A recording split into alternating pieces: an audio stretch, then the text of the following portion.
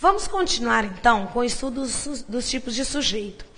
Nós já vimos o sujeito simples, que tem apenas um núcleo, o sujeito composto, que tem mais de um núcleo, e agora nós vamos trabalhar com os 3 últimos conceitos de sujeito. Nessa frase, cheguei de Brasília ontem. Isso é uma frase, essa frase tem um verbo, e o verbo dela é o chegar.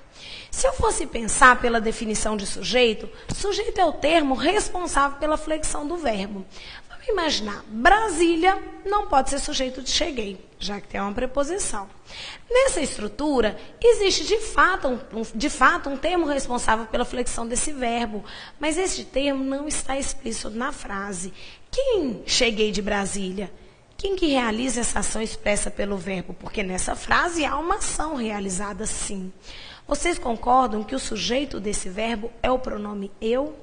Embora eu não tenha explícito na frase, todo mundo sabe que o termo responsável pela flexão de cheguei é o pronome eu. Vamos trabalhar com a análise dessa frase? Cheguei é um verbo de ação. Se ele é verbo de ação, ele é núcleo. Depois que eu tiro o núcleo, o resto está ligado a ele. De Brasília seria o lugar de onde eu cheguei e ontem temporalizaria a ação de chegar. Nós já trabalhamos com isso há um tempo. Lembra que a palavra que se liga ao verbo especificando a circunstância em que a ação ocorreu era chamada de advérbio. Mas não é meu interesse agora trabalhar com essa nomenclatura. O que eu queria que vocês percebessem é o seguinte. Nessa minha frase, eu só tenho o predicado. O sujeito, eu sei que ele existe, eu sei que alguém realizou a ação de chegar, mas ele não está explícito. Isso é chamado de sujeito oculto. Quando eu estudei, gente, na época do meu ensino fundamental não, acho que o médio, essa nomenclatura ela tinha caído em desuso. A professora dizia que sujeito oculto não era mais chique falar. Na verdade, a nomenclatura da minha época era sujeito desinencial. O que significa isso? Ora, desinência é aquele pedacinho que a gente acrescenta, que a gente coloca na palavra para mudar a flexão, para flexionar, por exemplo, uma desinência de plural é o S. Carros. A desinência que pode marcar o feminino é o A, o masculino é o O. Claro que isso não é regra absoluta, mas a possibilidade de se flexionar seria por meio dessas desinências. Tudo bem? Esse cheguei, vocês sabem que o sujeito é o pronome eu, é o eu, porque, na verdade, essa terminação i determina que o termo responsável pela flexão seja o pronome eu. Se fosse chegamos, o sujeito seria nós. Nessa construção, é por meio da terminação verbal, ou seja, da desinência do verbo que eu reconheço o sujeito. Ou seja, dizer sujeito oculto, sujeito desinencial, sujeito implícito, sujeito subentendido, sujeito simples não expresso, sujeito não expresso, sujeito elíptico, ou existe a elisão do sujeito, mesma coisa. Elipse e elisão, na verdade, a elipse é uma figura de linguagem que trabalha com a omissão de um termo facilmente subentendido. Quando eu digo cheguei tarde, esse cheguei tem aí, foi omitido o pronome eu, mas pela estrutura eu subentendo que esse é o sujeito da frase. Então, queridos, sujeito oculto, desinencial, simples não expresso, elíptico, elisão do sujeito, na verdade, estão dizendo a mesma coisa para você. Está subentendido o sujeito eu, beleza. Subentendido é não está escrito, mas eu consigo recuperar. Está implícito o sujeito eu, mesma coisa. Dessa forma, esse sujeito é aquele que existe, que flexiona o verbo, mas que não está explícito na estrutura. O sujeito simples que a gente acabou de estudar, o sujeito composto, nas 2 construções nós vimos ali um sujeito explícito, claro, expresso na frase. Certinho? O nosso 4º tipo de sujeito, e eu acho que ele é o mais complicado de vocês perceberem, e o que mais cai, é o tal do sujeito determinado. Vamos entender isso aqui. Falaram a verdade para mim. Isso é uma frase, porque comunica, e essa frase tem um verbo. O verbo dela é o falaram. Se eu fosse trabalhar com essa estrutura, a verdade estaria ligada ao falaram e o para mim também. Por quê, professora? Ora, isso nós estamos fazendo desde o nosso primeiro dia de aula. Lembra que eu disse para vocês que depois que a gente tira o núcleo, o resto está ligado a ele? Por exemplo, falar é um verbo de ação.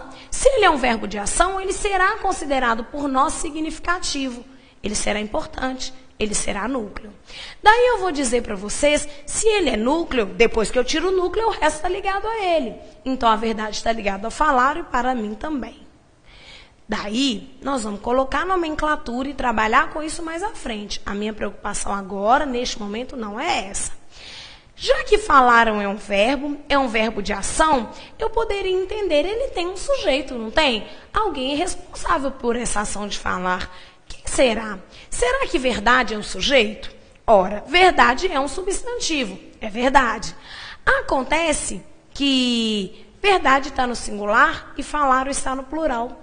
Embora a verdade seja um substantivo despreposicionado, ele não é responsável pela flexão desse verbo. Verdade não está pluralizado, assim como falaram, que tem marca de plural.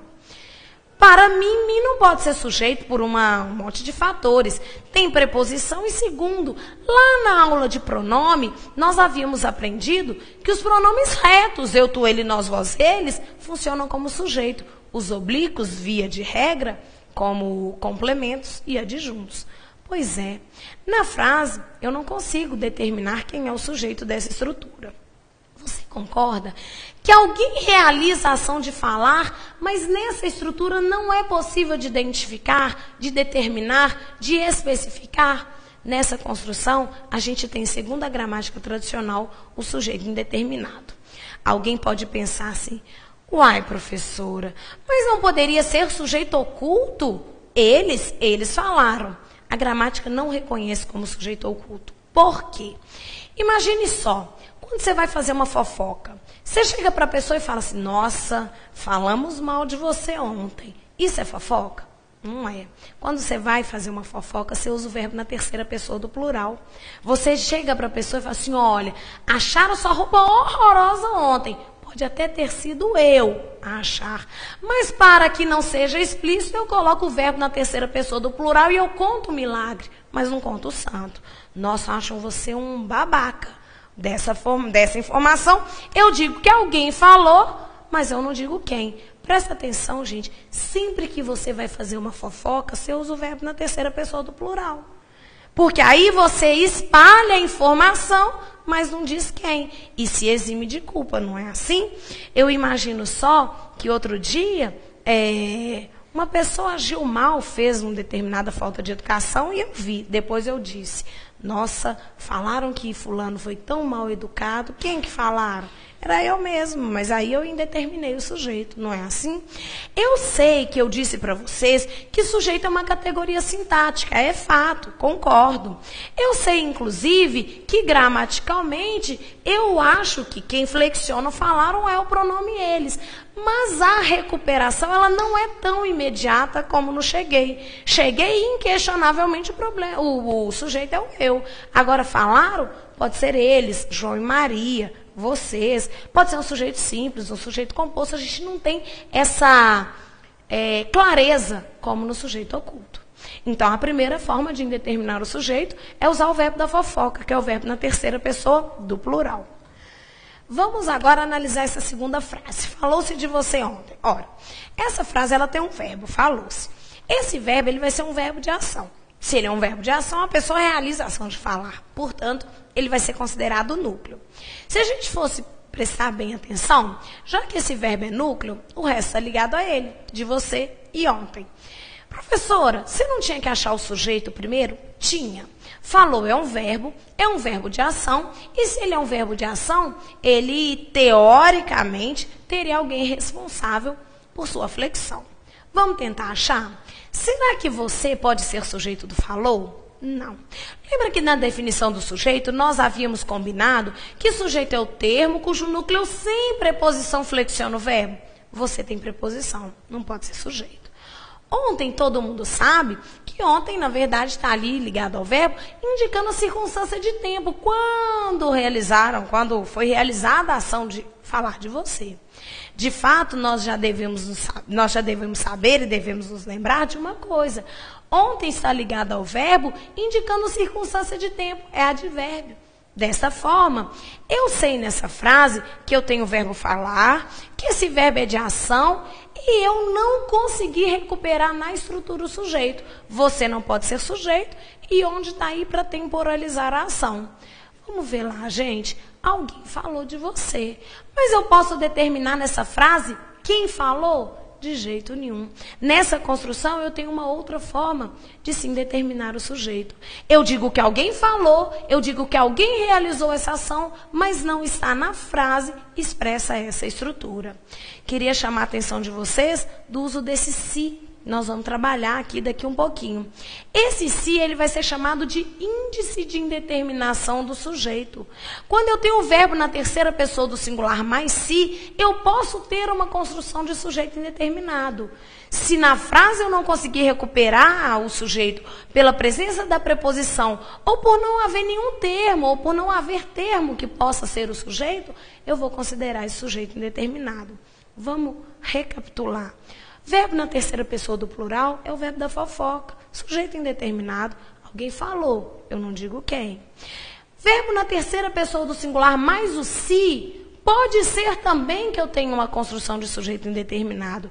Ora, você não pode ser sujeito porque tem preposição. Então, alguém falou, mas eu não determino na estrutura quem seja.